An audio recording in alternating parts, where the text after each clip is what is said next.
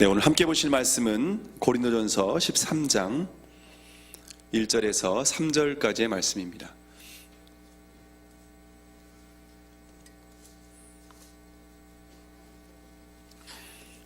고린도전서 13장 1절에서 3절까지의 말씀 함께 교독하도록 하겠습니다. 제가 먼저 1절을 읽고 여러분 2절을 읽고 3절은 같이 함께 읽겠습니다. 내가 사람의 방언과 천사의 말을 할지라도 사랑이 없으면 소리나는 구리와 울리는 괭가리가 되고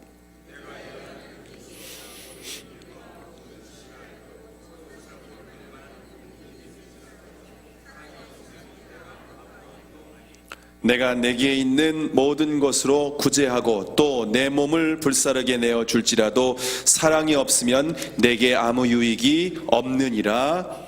아멘. 세계적인 복음 전도자 빌리그램의 아내인 루스 그레함이 어느 날 언론과의 인터뷰에서 혹시 빌리그레함 목사님과 함께 살면서 이혼을 생각해 본 적은 있습니까? 라고 물었습니다. 그녀의 대답은 이혼을 생각해 본 적은 없습니다. 그러나 살인은 생각해 본 적이 있습니다. 라고 대답을 했습니다. 천사 같은 분이 그런 대답을 해서 많은 그리스도인들이 깜짝 놀라기도 하고 또 위로를 받기도 했습니다. 여러분도 이렇게 과한 공감을 하시는 것 같은데요.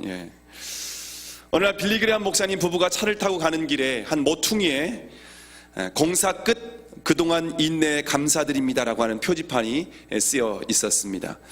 표지판을 본 루스 그레함 사모님이 빙그레 미소를 지으며 남편에게 자신이 죽고 난 뒤에 묘비명으로 삼겠다고 부탁을 했습니다. 실제로 2007년 6월 14일 루스 그레함 사모님이 죽은 이후에 묘비에 공사 끝 그동안 인내에 감사드립니다 라고 하는 문구를 새겨 놓았다고 합니다. 우리가 생각할 때 아무리 완벽해 보이는 빌리그레함 목사님 부부라 할지라도 여전히 부족함과 문제가 있을 수밖에 없는 연약한 인간이라고 하는 것을 우리에게 보여주고 있습니다. 우리가 신앙생활을 하다 보면요, 마찬가지로 아무리 완벽해 보이는 교회라 할지라도 여전히 문제가 있는 것을 보게 됩니다. 왜냐하면 교회는 용서받은 죄인들이 함께 생활하는 신앙 공동체이기 때문입니다. 성도들이 교회 내에서 상처를 받다 보면은 교회가 왜 이래? 라고 하면서 교회를 떠나는 사람도 있습니다. 근데 그렇게 교회를 떠나는 것은 목욕물이 더럽다고 아이까지 버리는 매우 어리석은 결정입니다. 지상의 교회는 항상 문제가 있을 수밖에 없습니다. 왜냐하면 불완전하기 때문에 그렇습니다. 그럼에도 불구하고 교회가 이 땅의 소망인 줄을 믿으시기를 바랍니다.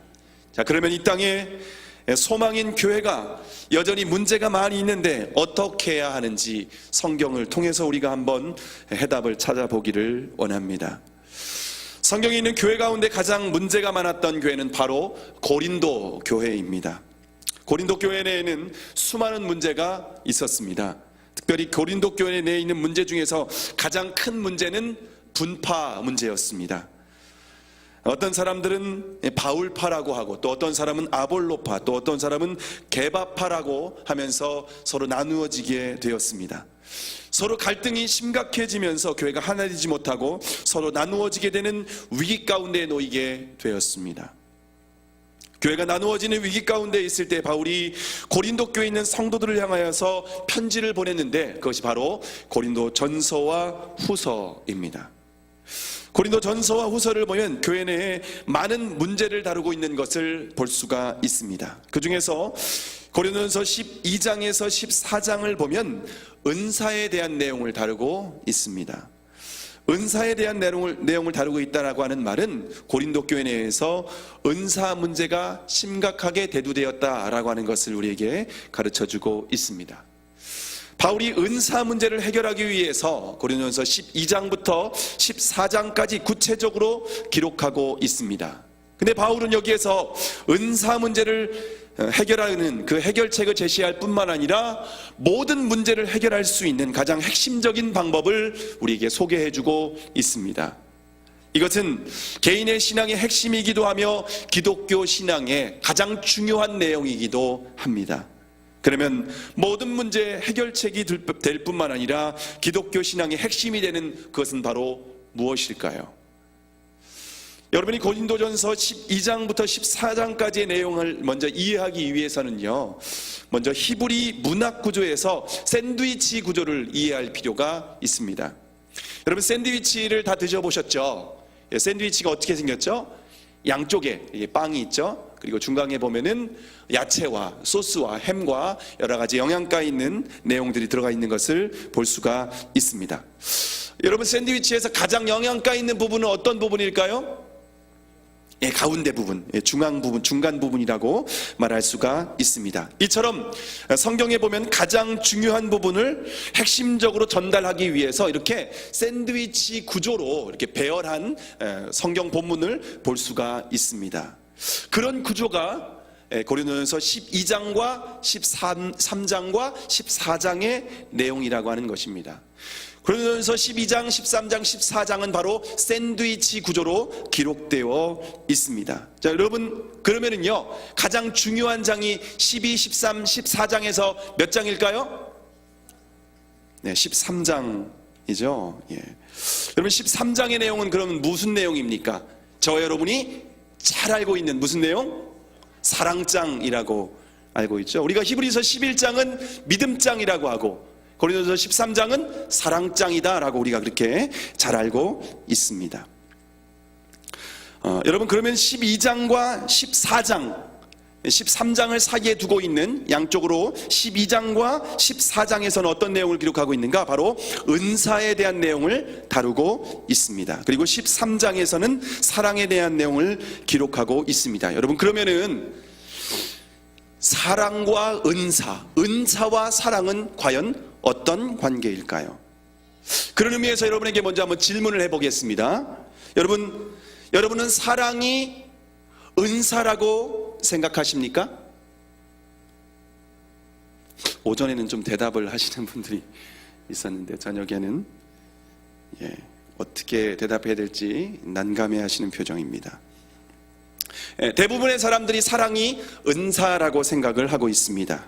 그래서 사랑의 은사를 받아야 된다. 그리고 사랑이 많은 분에 대해서 저분은 사랑의 은사가 있어, 이렇게 표현하는 것을 종종 볼 수가 있습니다. 자, 그러면은 사랑이 은사라고 하는 근거는 어디에 있습니까? 대부분의 사람들이 사랑을 은사라고 생각을 합니다. 근데 그 근거를 어떻게 찾는가 하면요, 고린도전서 12장 31절 때문입니다. 31절, 우리가 13장 1절을 읽었는데 그 바로 이전 12장 31절을 우리가 함께 읽어볼까요? 12장 31절입니다. 성경을 보시면 됩니다. 함께 읽겠습니다. 시작. 너희는 더욱 큰 은사를 사모하라. 내가 또한 제일 좋은 길을 너희에게 보이리라. 자, 12장 마지막 절에서 뭐라고 말씀하고 있습니까? 더욱 큰 은사를 사모하라 라고 말씀하고 13장에서 사랑을 기록하고 있기 때문에 사람들이 12장에서 더욱 큰 은사, 그리고 13장의 1절에서 사랑에 대해서 기록을 하고 있기 때문에 사랑은 더욱 큰 은사이구나 라고 생각을 하고 이해를 하고 있습니다. 자, 그런데 실제 원문을 보면은요, 고린도서 12장 31절에 나와 있는 더욱 큰 은사라고 할 때 이 은사라고 하는 단어가 일반적으로 은사라고 하는 단어가 카리스마인데 이걸 복수로 카리스마타 이렇게 기록하고 있습니다. 다시 말하면 이 은사라고 하는 단어가 단수가 아니라 복수라고 하는 겁니다. 그런데 13장에서 말하고 있는 사랑은요, 성경 이것뿐만 아니라 성경 전체를 봐도요 모두 다 단수로 기록하고 있습니다. 사랑은 복수로 기록한 적이 단 한 번도 없습니다. 결국 무슨 의미입니까?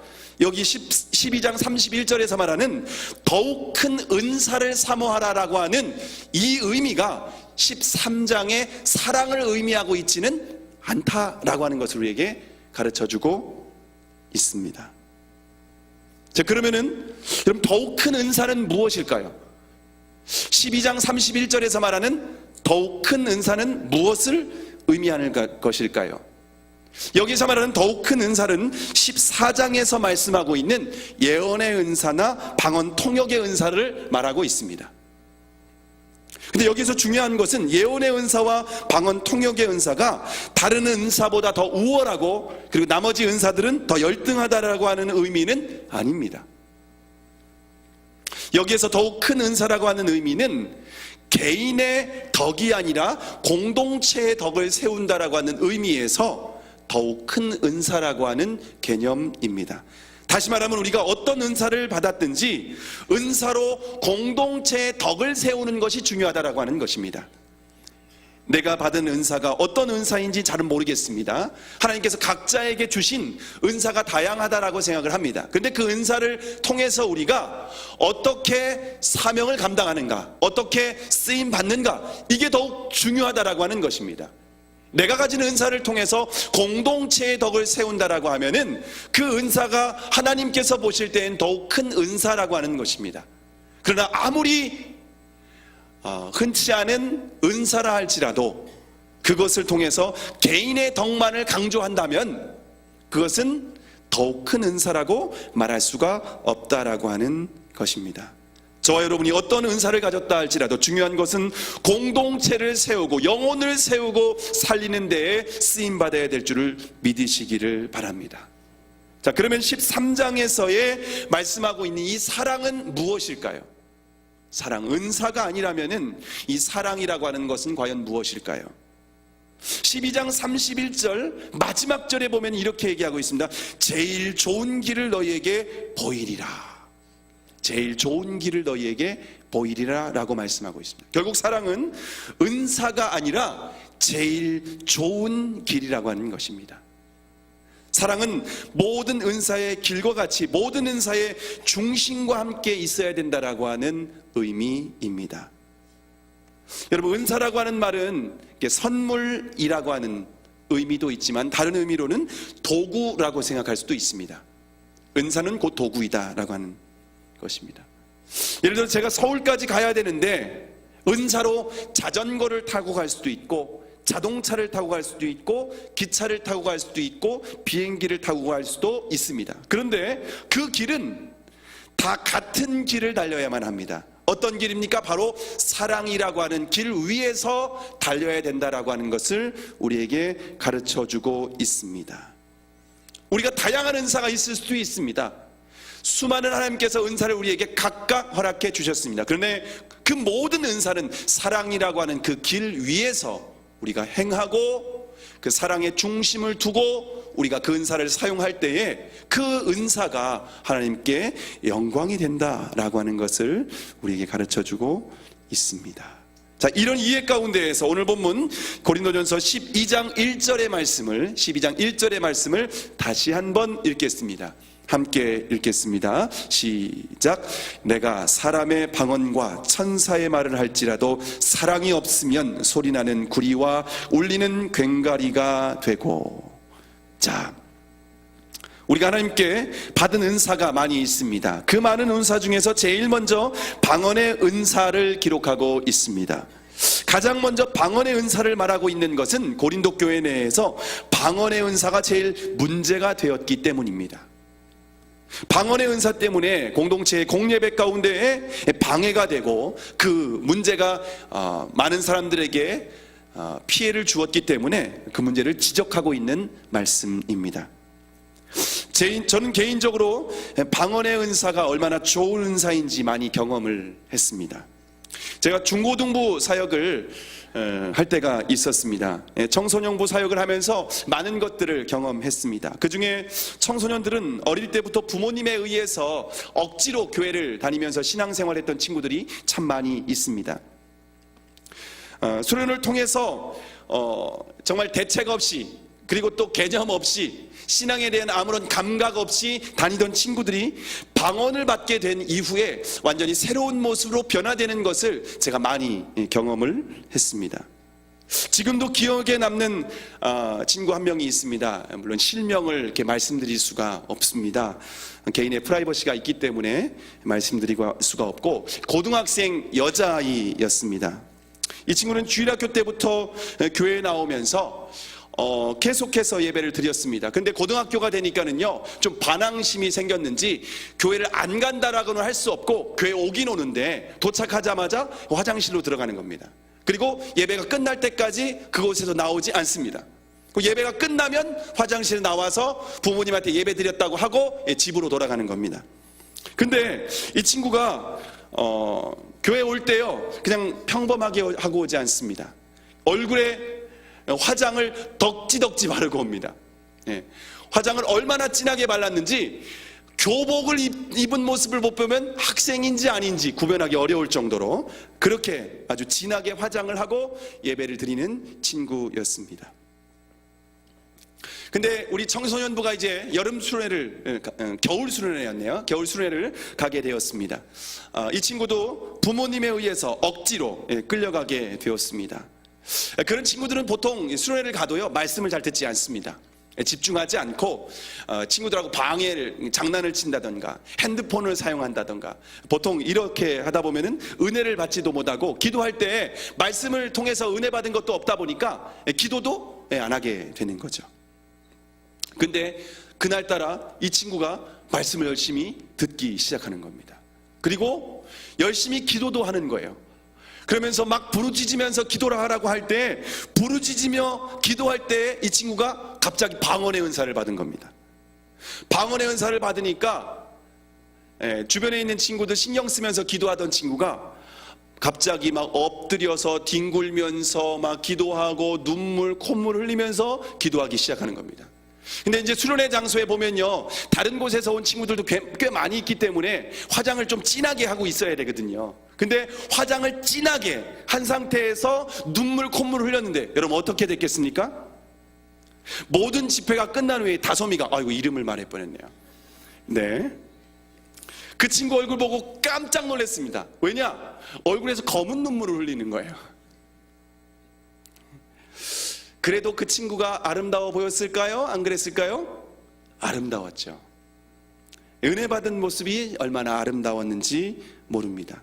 그 다음부터 다른 친구들도 막 서로 기도하기 시작하는 거예요. 다솜이가 방언 받았대 하면서 막 기도하기 시작하면서 그 수련회 때 한 절반 정도 아이들이 방언의 은사를 받고 새로운 모습으로 변화되는 것을 볼 수가 있었습니다.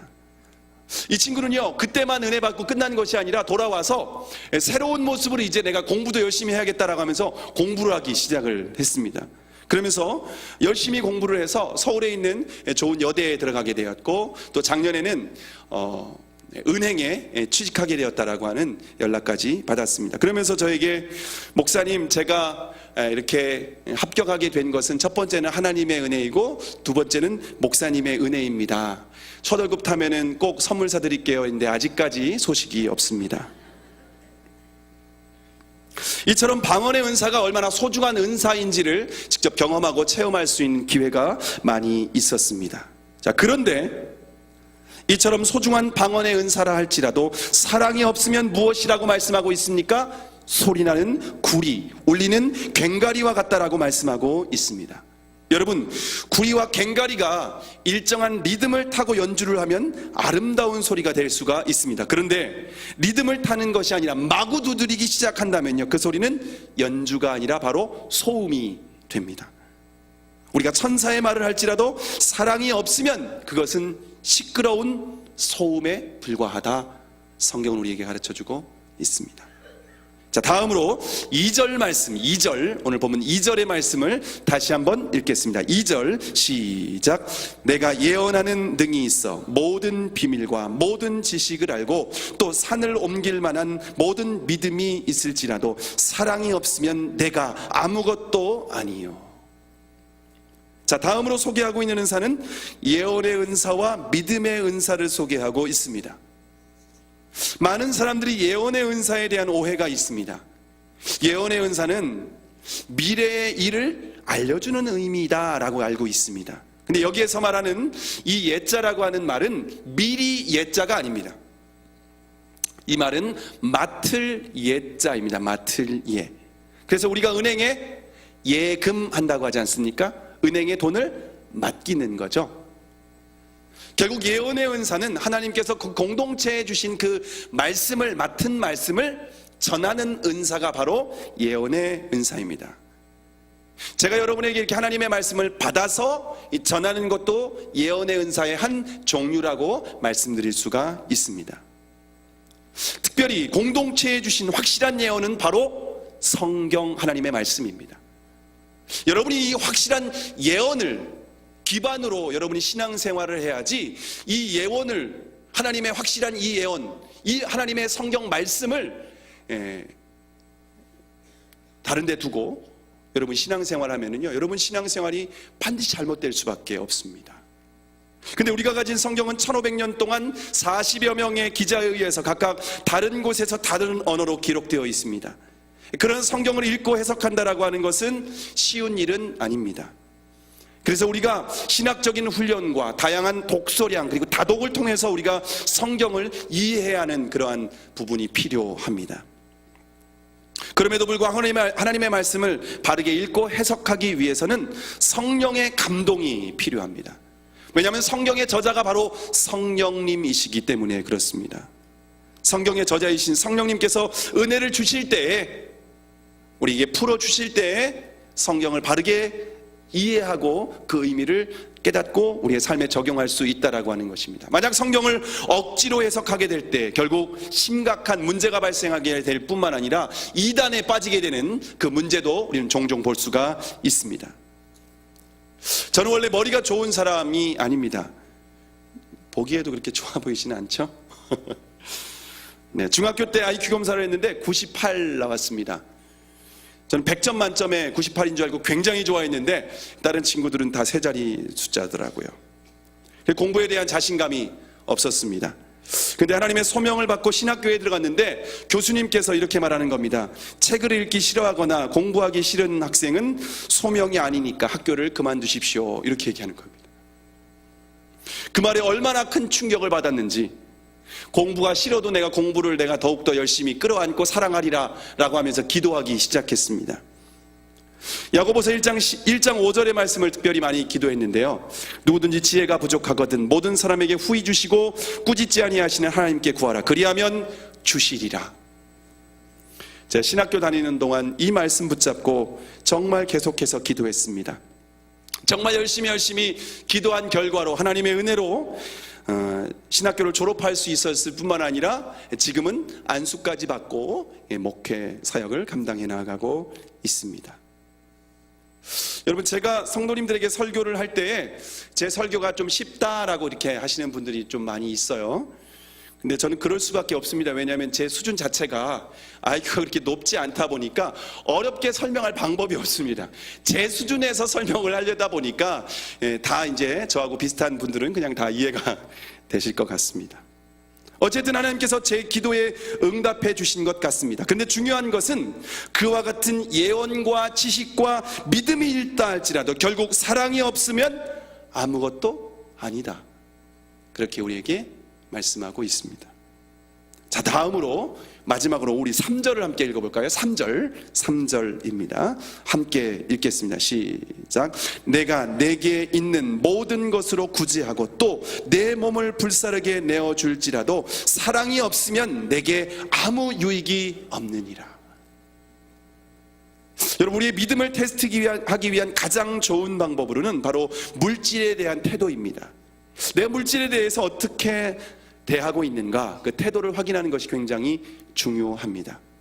믿음이 있다고 하면서 물질을 드릴 수 없다, 그 사람의 믿음은 온전한 믿음이 아닙니다.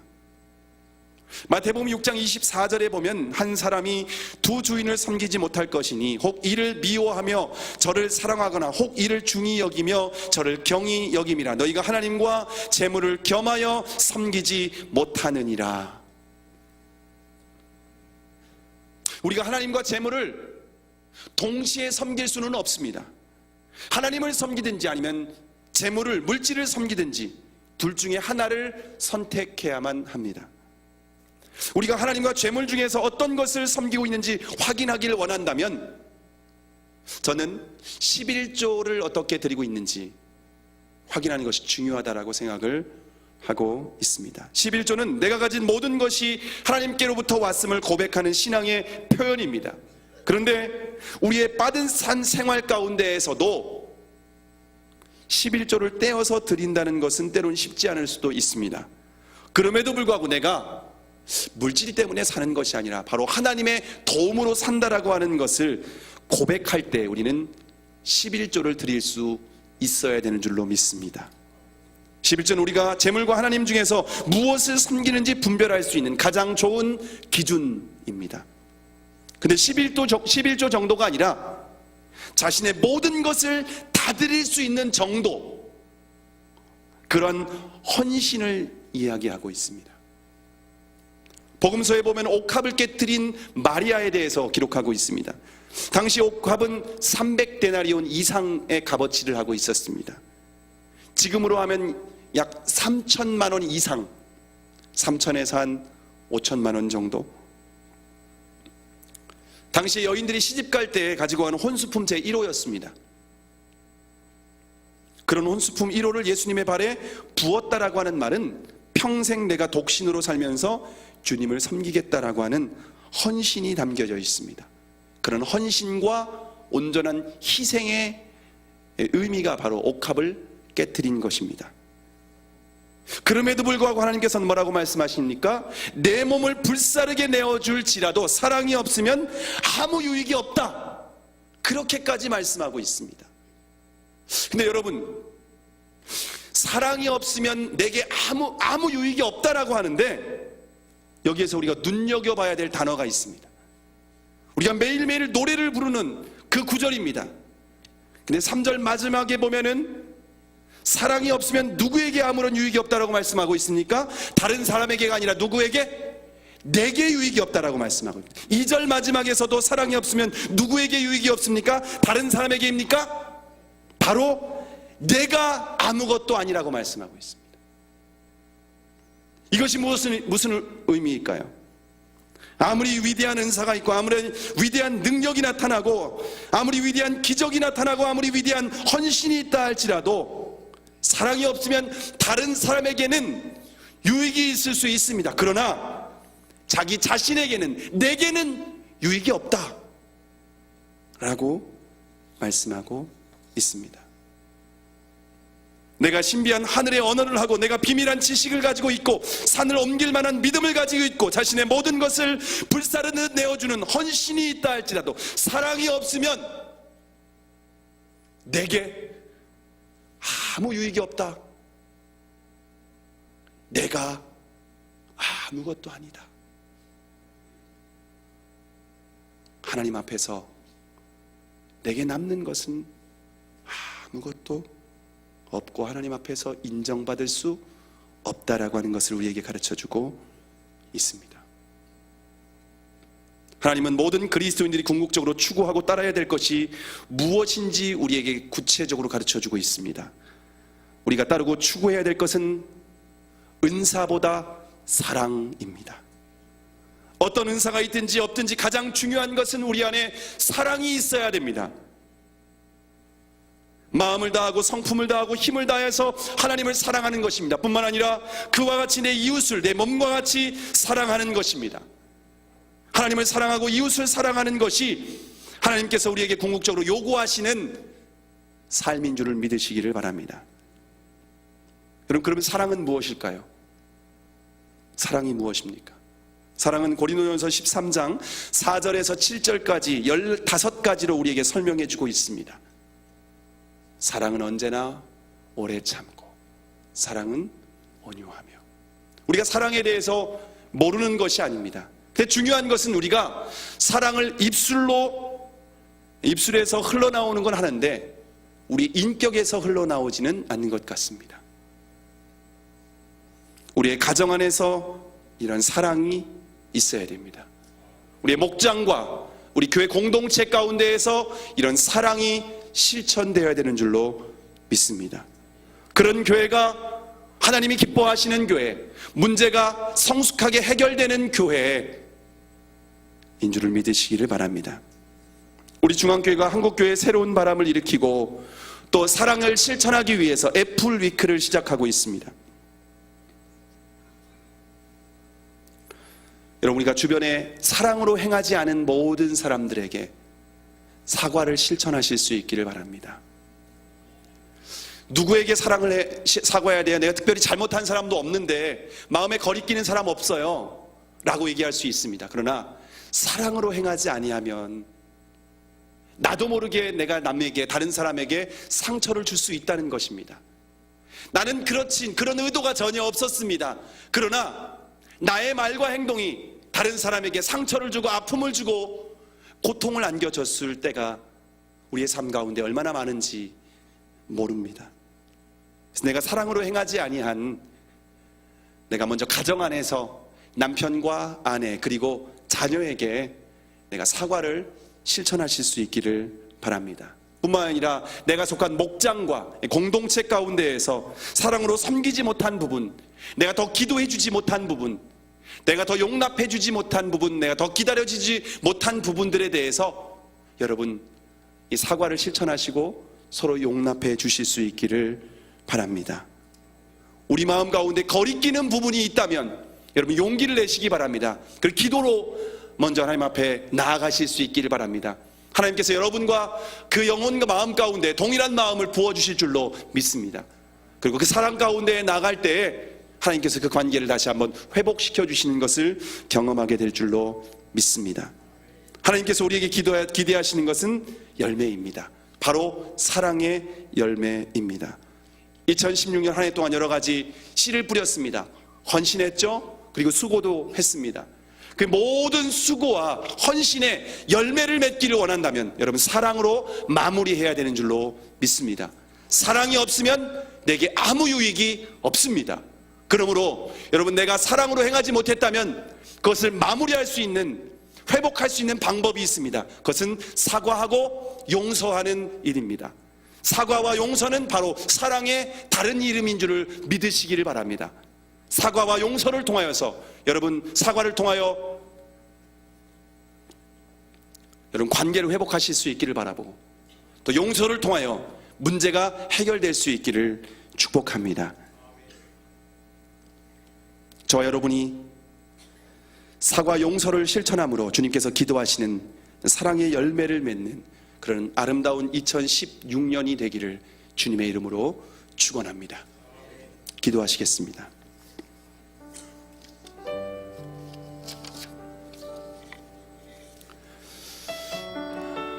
여러분 우리가 짧지만 좀 한번 기도했으면 좋겠습니다. 내가 2016년 한 해 동안 열심히 달려왔습니다. 주님을 위해서 헌신하고 수고했습니다. 사명 감당했습니다. 그러나 사랑 없이 행하진 않았는지 우리의 지나온 길을 돌아보실 수 있기를 바랍니다. 내가 사랑으로 행하지 않았다면 내게 아무 유익이 없다, 하나님 우리에게 말씀하고 있습니다. 우리가 사랑으로 행하지 못한 부분, 내가 주님을 섬긴다고 행했던 그러한 부분이 다른 사람에게 상처와 고통과 아픔을 주었다면 하나님 내가 용서하기를 원합니다. 주님 사랑으로 다가가기를 원합니다. 내가 사과하기를 원합니다. 하나님 우리가 다시 그리스도 안에서 하나 되게 하여 주시옵시고 서로를 용납할 수 있는 넉넉한 마음 허락하여 주시옵소서. 우리 함께 기도하시겠습니다. 아버지 하나님 감사합니다. 내가 주님 앞에 한 해 동안 열심히 산다고 살았지만 하나님 보실 때에 바르지 못한 모습들을 많이 있는 줄로 알고 있습니다. 주님 모든 모든 죄와 허물을 용서하여 주시옵소서. 특별히 하나님 나의 사랑 없이 행한, 사랑 가운데 행하지 못한 그런 모든 말과 언행으로 인하여서 하나님 다른 사람에게 상처와 고통과 아픔을 주었다면 주님 용서하여 주시옵소서. 그리고 내가 남은 기간 동안 내가 가서 용서를 구하고 사과를 하고 하나님 관계를 다시 한번 회복하기를 원합니다. 이 애플 위크가 우리 안에 사랑이 회복되고 관계가 회복되고 주님 안에서 아름다운 열매가 맺혀지는 기간 되게 하여 주시옵소서. 아버지 하나님 우리 교회가 사랑이 더욱 넘치는 교회가 되게 하여 주시옵시고 사랑으로 서로 사과하고 사랑으로 서로 용납하고 사랑으로 서로 하나 될 수 있는 그런 주님이 기대하신 아름다운 공동체가 될 수 있도록 주께서 은혜를 베풀어 주시옵시고 함께하여 주시옵소서.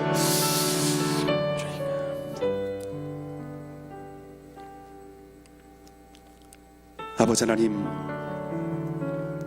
내가 열심히 주님 섬긴다고 섬겼지만 사랑 없이 행한 지난날의 모든 순간순간들을 회개하오니 용서하여 주시옵소서. 나의 언행으로 말미암아서 상처받은 우리 공동체와 가정과 주변의 이웃들을 하나님 긍휼히 여겨 주시옵시고, 그들에게 사과와 용서로 나아갈 때에 주님께서 모든 관계가 회복될 수 있도록 성령님께서 역사하여 주시옵소서. 그리하여서 2016년 한 해 동안 주님 앞에서 행한 모든 일들이 아름다운 열매 맺고 주님 앞에 칭찬받을 수 있는 삶이 될 수 있도록 은혜를 베풀어 주시옵소서. 이제는 우리 구주 예수 그리스도의 은혜와 하나님 아버지의 다음없는 사랑하심과 성령님의 내주 교통 충만하심의 은혜가 주님 앞에서 모든 일을 사랑 가운데 행하기로 결단하고 다짐하는 중앙의 모든 성도들, 가정, 자녀, 생업, 그리고 조국 대한민국 위에 이제로부터 영원토록 함께하여 주시기를 간절히 축원하옵나이다. 아멘.